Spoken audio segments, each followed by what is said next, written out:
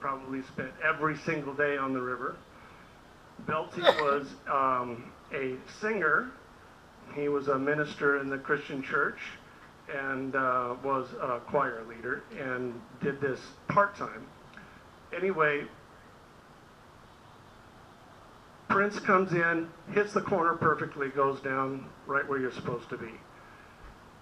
When Belty comes into that particular corner, rather than missing it, he didn't make a real mistake. Rather than just getting hit and getting knocked sideways because he missed it, you have a wave that builds and then crashes. So if you want to look at the river out here today, you can see that the difference between, say, an ocean wave and a river wave. Ocean waves move. They're always coming in. They don't look that much different than a river wave, but a river wave doesn't move. It's just sitting right there because the river's moving, not the wave. So it's going over the rock, and what it does is it builds and builds and builds in height until it weighs so much that it falls down. And then it builds and builds and builds in height, and then it falls down.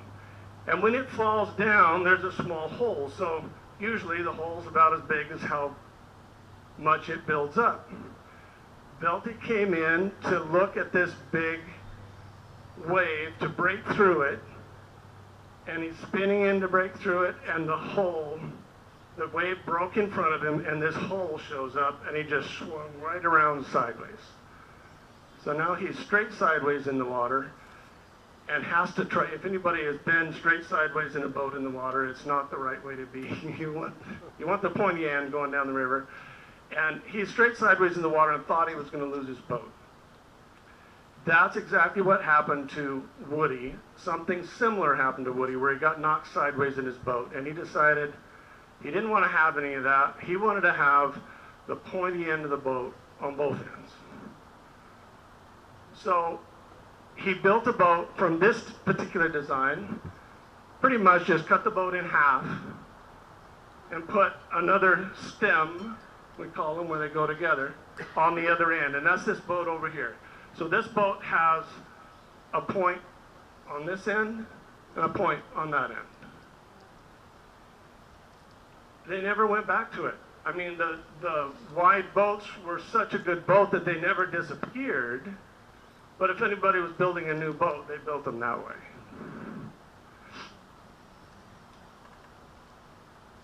On the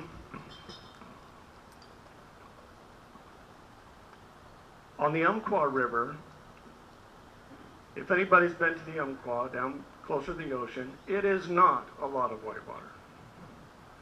It's kind of slow. It's the kind of water where if you have a little engine, you can put it on the back and drive back up to where your truck was. And that was a very popular thing to do on both the Rogue and on the Umpqua. And so one of the guides from the McKenzie River Guides Association, his name was Everett Spalding, went into Woody's shop and said, I don't want a point on both ends. I want you to take the bow and cut that end off so I can put a little engine back there. And that's how this happened.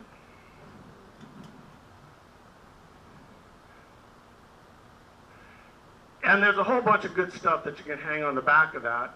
There were some arguments at the time between Everett and Woody about whether that was just a waste or whether it was trouble or whether it was pretty much, it was a little bit extra work, which I'll have you guys experience in just a second, hopefully. But Everett was a tinkerer and he wanted it done, he wanted to try it. And as soon as that happened, the boat became versatile enough to be able to go from slack water to white water or back and forth. Why wouldn't you want to do that? And so since Everett first put that flat spot on in 1948, pretty much every boat since then has been built in that direction. So after that particular little noodly thing, there's not much left for us to tinker with. We get to argue about whether the side is out far enough or whether it's long enough or whether it's too long.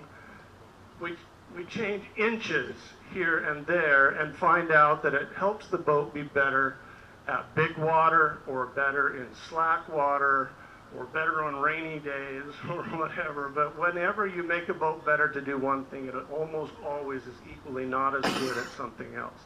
Boat building is always a compromise, and seeing those particular changes happen is now just an argument of what is or isn't better. I can mention just a little bit about the rope seat. The rope seat was an introduction by Tom Carhus. Tom, although he came from Norway, he was a Norwegian. He spent time in Alaska, and in Alaska, he was introduced to a wood seat, the wood rope seats. The rope seats allows the water to shed through. So anybody who has your gear and you put the stuff on and you're not sitting in water that particular time. So on my boat, I get to sit back here and stay kind of dry, and my guests have to sit in the water in the seats. It's not that critical for us on the McKenzie now. A rope seat is there for tradition more than anything else. And there's some tradition in these boats that are just silly, but they stay.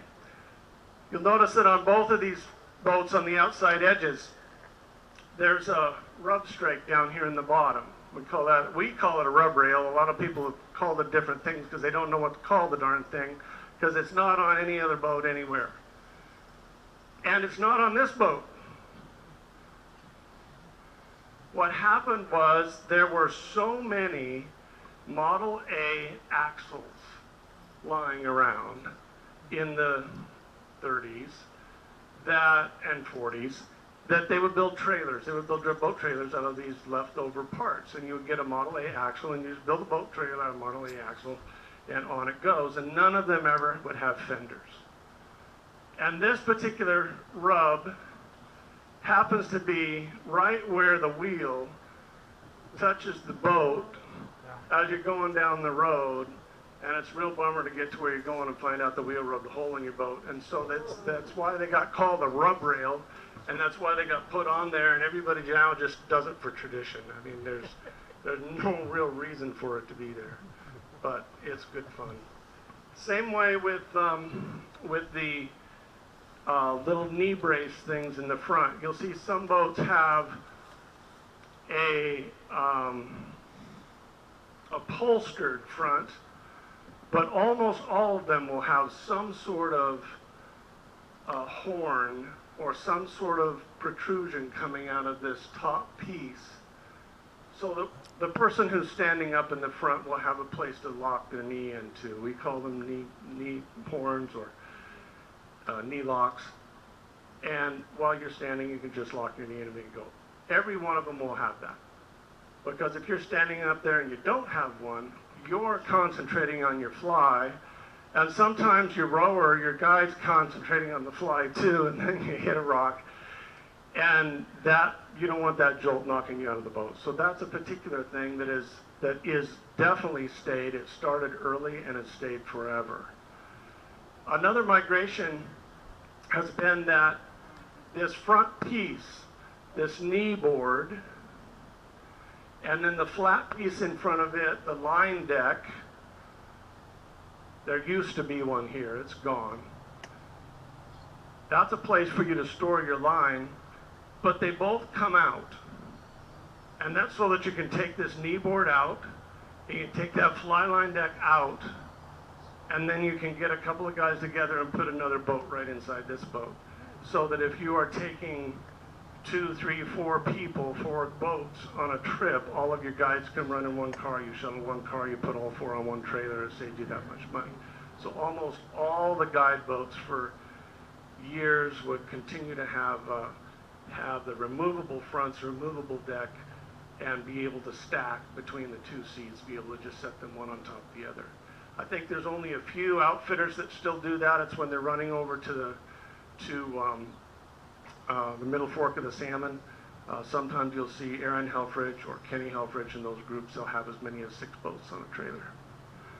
Most of us anymore would rather burn the gas than worry about having to try to haul the thing back up there at night. One of the interesting things about building drift boats is there's no straight lines anywhere here. which is kind of a misnomer. Actually, almost everything that's on here is close to straight at some point, except when you're building the hull part. So these outside parts, you just get a nice long piece and you put it where it needs to be, and then once it's there, you cut it off. You put it in, just cut it in place, and then either sand it smooth or sand it down. There's only 4 boards that have to be critically fit, and that's the inside handrails, 2 of those, and the inside chine logs. If you go to a boat show, and we have the boat show at Eagle Rock Lodge every year, we've done that for the last 12 years, you can tell boat builders, because they'll come up to a boat, and the first time they've seen it, they'll look right back here in the back to see if that chine log was cut short. It doesn't make any difference at all. If it was cut short, you just fill it in. You just know that the boat was built by somebody who was a first-time boat builder versus hasn't made that mistake yet. It's an interesting piece of what's going on with that. I have here, I had expected everybody to be able to sit down at tables. I've got a project for us. I want to try to build a boat. And it's a little bit of a magical moment because it is not that difficult. And my goal is to show everybody how not difficult it is to build a boat. So we're going to build a hull, and it'll help us understand a little bit about how these designs happened. While I'm doing this, does anybody have some questions they'd like to ask? When did aluminum show up? When the aluminum trees started growing. Aluminum started in the 70s, and even today, aluminum is probably the boat of choice, only because you can just, yeah, you want to hand those out for me? Thanks. Only because you can power wash it out and leave it in your yard, right? The thing about wooden boats is they are now a labor of love. They're something we want to do that way, but they actually take longer to build. You can cut out an aluminum boat on jigs in a half day, and then the next half day you can weld it together, and then you're putting the inside parts together. It's much more profitable way to build, but more importantly, more people are able to maintain an aluminum boat than a wooden boat. A wooden boat, it's not that hard, it just has to stay inside. Somewhere, oh, it's over here. I have scissors and tape.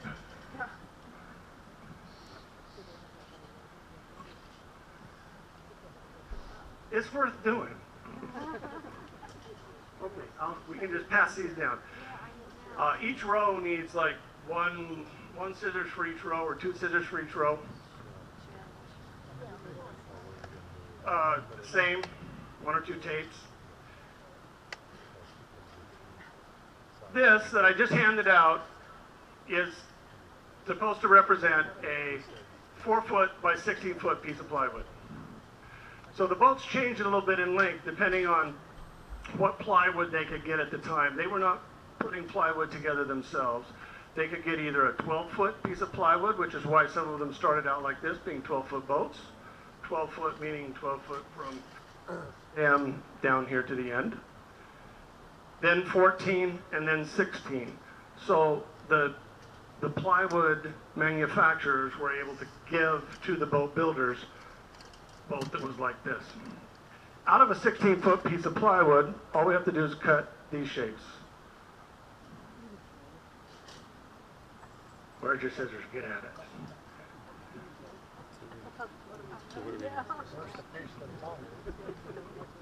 You didn't get a scissors. They're coming around.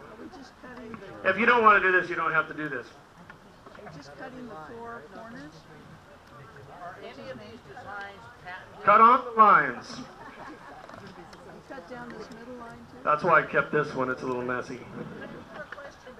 Go ahead. Are any of these designs copyrighted or patented? They are not copyrighted or patented. The only thing that I can think of in the last little bit that could be copyrighted is A company called Bavarti has created a door I was getting where water. you can walk in and out with a door. Yeah, it's a kind of a trick little thing so that you don't have to step in and step out. I think that might be copyrighted, but there's no copyright on a dory design. Does everybody know what a dory is? This is a dory. So dories traditionally have a bottom that is bent, it's raked like this, and they traditionally have sides that have some flair to them. Go ahead and cut right down the middle, right on the line. I'm sure.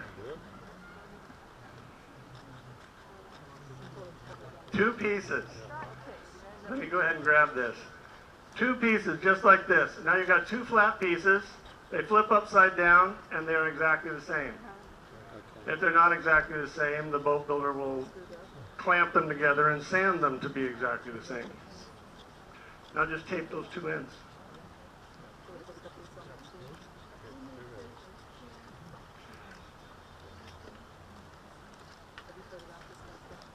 I, for the life of me, am not really certain the difference between a dory and a skiff. And in most books, when you look at boat design and whatnot, they will put them together. They will say dories and skiffs. More traditionally, a dory is pointed on both ends with flare and rocker, and a skiff has a little bit of rocker, but not as much, and a very wide transom in the back. More like a traditional rowboat would be a skiff. So tape the two stems, this end and this end.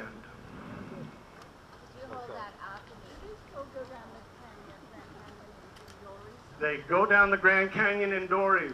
Yes, and they were originally made in Blue River. Made in Blue River. Originally, they were made in Blue River.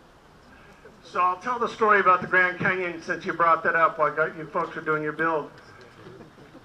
Martin Litton is the name of the man who started the dory business in the Grand Canyon. Martin Litton worked for Sunset Magazine and came here to the McKenzie River to do a story on covered bridges.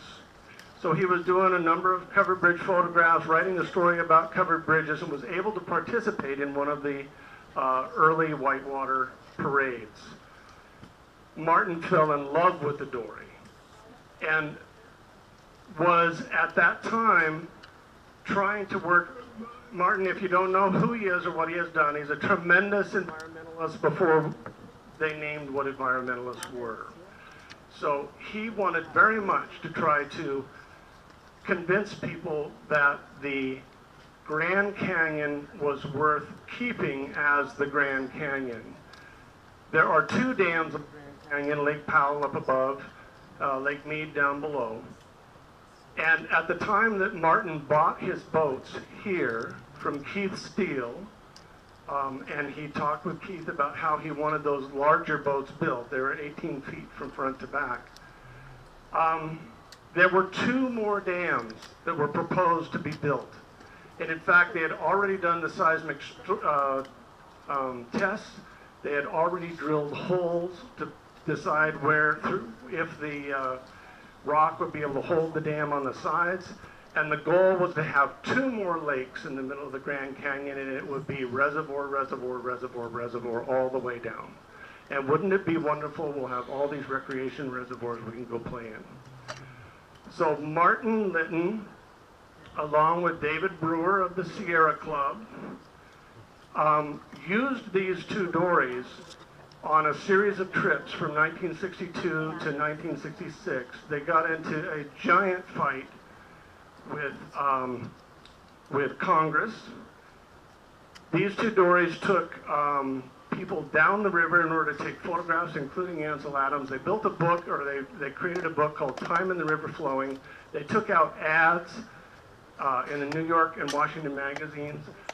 The state government threatened to take away the 501c3 status of the Sierra Club, and they sent this book, Time in the River Flowing, to every senator of the United States before there was a vote on these other two dams. And boats built right here on this river were able to keep, they were part of that particular fight to keep those two center dams from being built.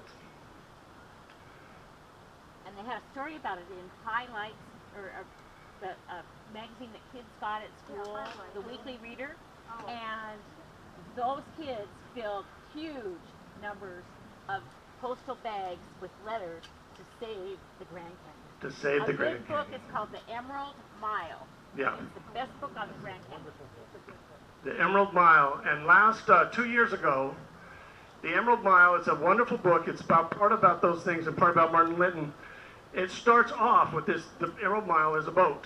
So Martin Linton, after this particular time, he started a dory company, and he had ordered other boats, and then his later boats were built by Jerry Briggs from the Rogue River. But Martin had wooden dories running down the Grand Canyon, and excuse me, I forgot exactly what I was going to talk about. No. I got to get this back because it's the Martin thing and the